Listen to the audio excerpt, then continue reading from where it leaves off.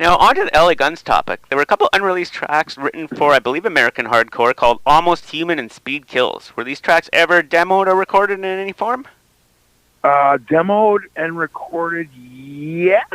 I think mostly live. Those tracks were actually...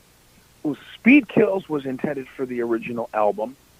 At least that's what I thought. And then we were looking at maybe the second album to release it. Almost Human was written on the road while we were touring. So that certainly wouldn't have made it out. It's maybe a soundtrack or something like that. But yeah, we did. We wrote a lot of material, man. I mean, we recorded a lot of stuff too that never made the record. Where that is today, I'm sure it's with Tracy someplace. And in fact, I would guarantee you that Steve's got a copy of it because Steve's that guy. Like, he's got every receipt and every recording and a record of everything that's ever happened ever. That's how Steve is. So, I don't know, again, if any of that stuff will ever see the light of day. I kind of doubt it. And there was pretty much a whole follow-up written to American Hardcore before you weren't the singer anymore, correct? Like a full album, pretty much? Yeah, I mean, I can't tell you exactly what was. I can tell you that we never stopped writing, though. And that's what we used sound checks for. We were always writing something, because we all love to do it. Tracy and I in particular always loved to write, and that guy, I mean, that's all he's been doing since the time he was 17 years old. So it's what he knows, and the band forged so much that if you were going to write a record, the only time you'd really have to do it is when you were on the road. Mm-hmm. And then we'd get back, and Steve had a home studio at the time, and we'd go into Steve's place, and we'd demo it out, or we'd go into Mates or one of the other live rehearsal studios in the LA area where we lived at the time, and we would work out our stuff there. Awesome. Now, was a studio version of the punk version of Ballad of Jane ever recorded, or just played live on the road? I'm thinking about it. I'm trying to remember. I know we recorded it. I just can't remember if we ever recorded it professionally. So there's a recording of it somewhere, I'm sure. But I can't remember if we actually sat down and knocked it out in a studio. And I guess it was fun. I know it was fun for Tracy. To me, it was always kind of,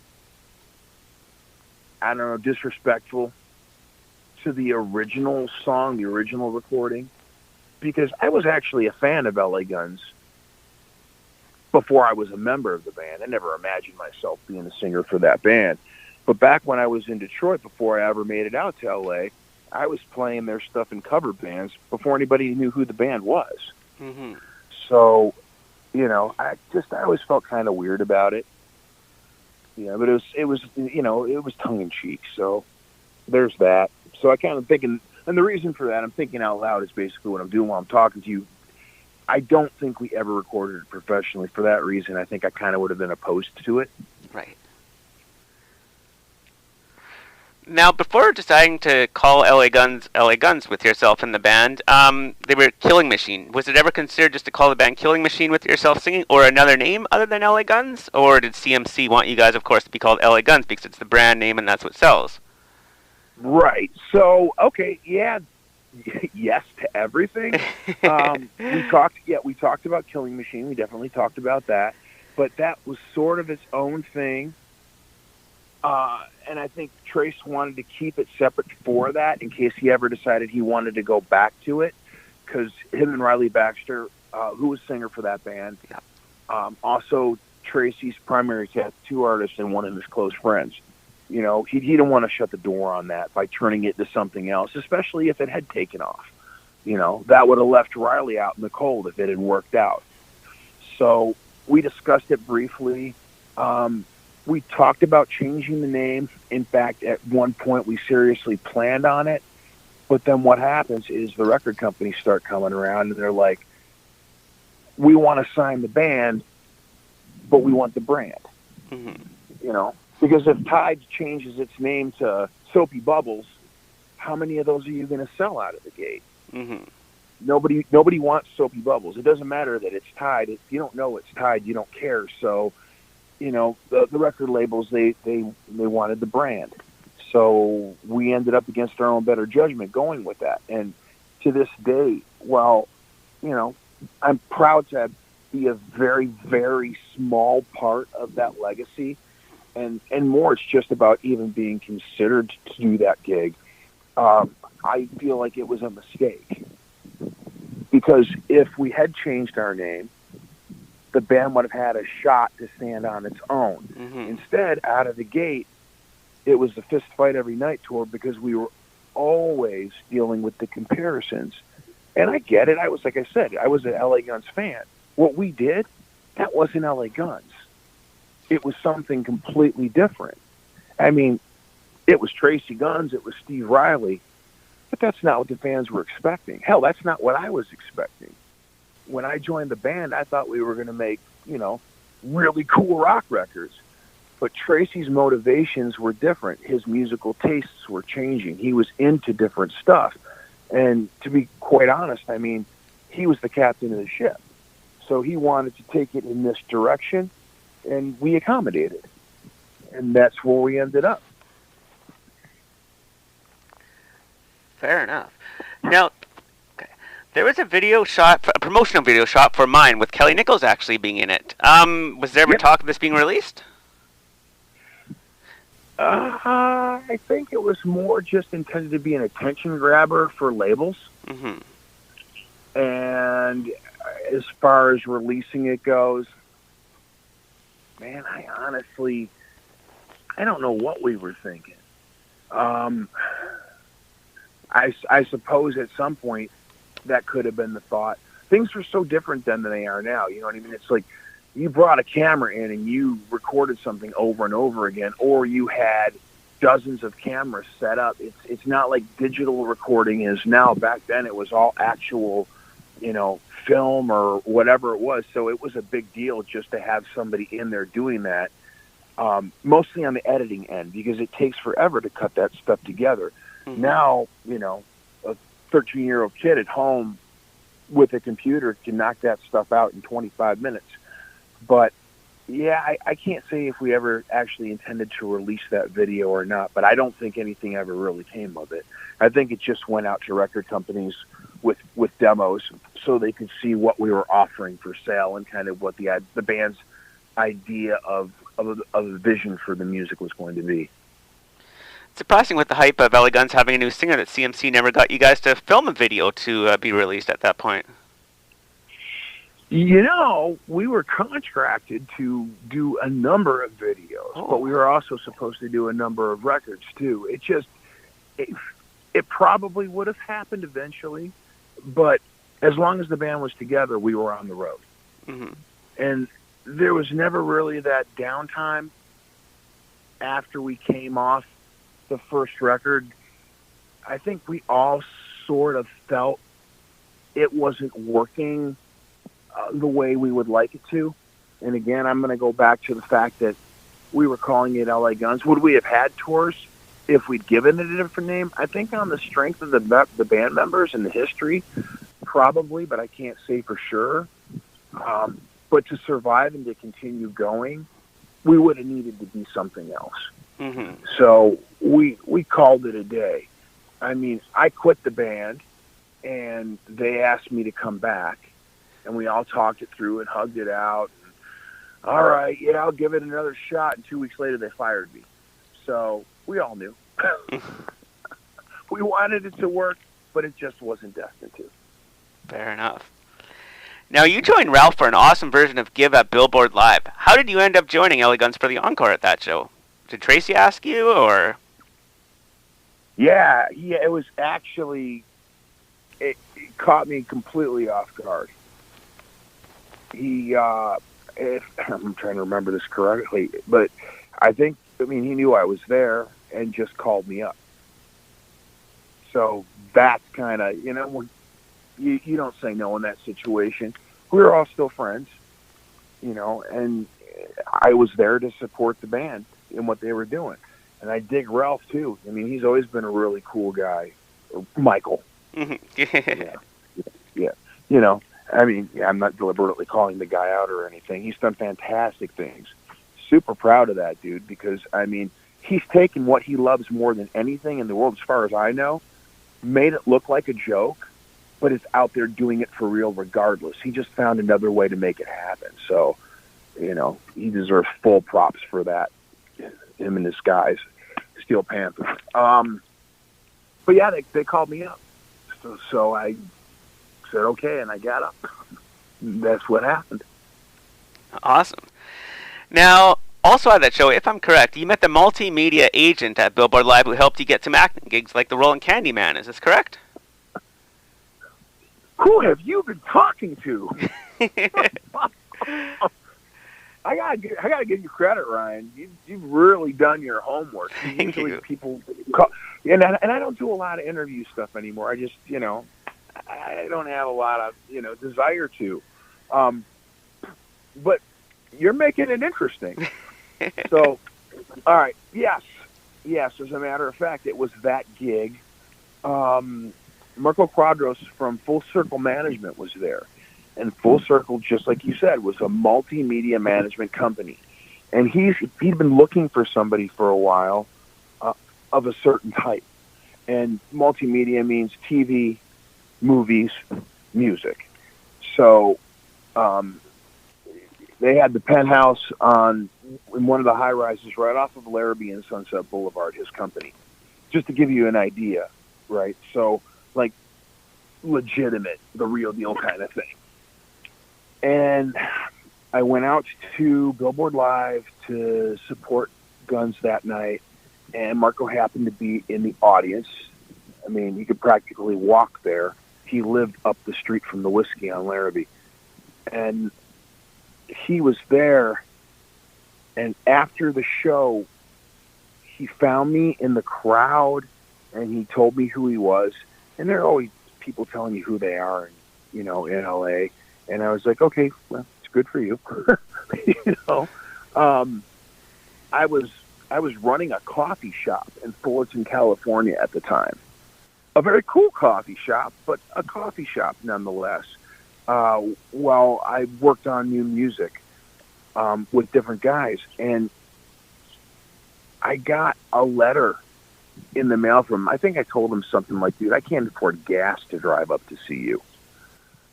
And I wasn't being a jerk deliberately. I was just, kind of not having it. And I didn't know who he was, and I didn't necessarily believe him when he told me who he was, because I've been hearing things my whole life from people and buying into it and getting excited and then being like, oh, that didn't work out. But so I got a letter in the mail, and there was a $10 bill in there, and it said for gas.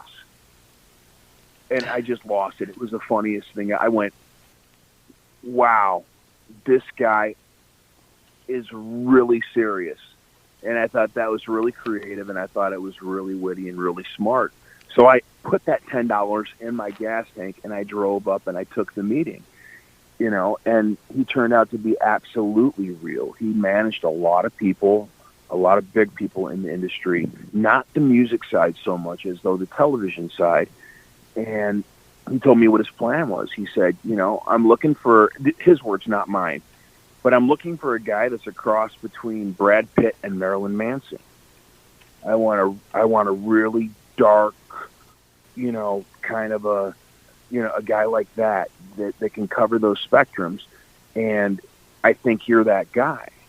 And I'm getting ready to launch the musical division of Full Circle Management. And I want you to be our first artist. And, we ended up going out for dinner that night. And we met more and more. And I think it was like 6 months before I actually finally signed paper with him. But I can say this, everything that guy said that he was going to deliver, he delivered. I mean, I went out on reads, and I was like one guy away from being Spike on Buffy the Vampire Slayer or Angel or whatever that show was. I'd never done any acting in my life. But he was sending me out on stuff, and I was getting it. And it was fun, and it was interesting.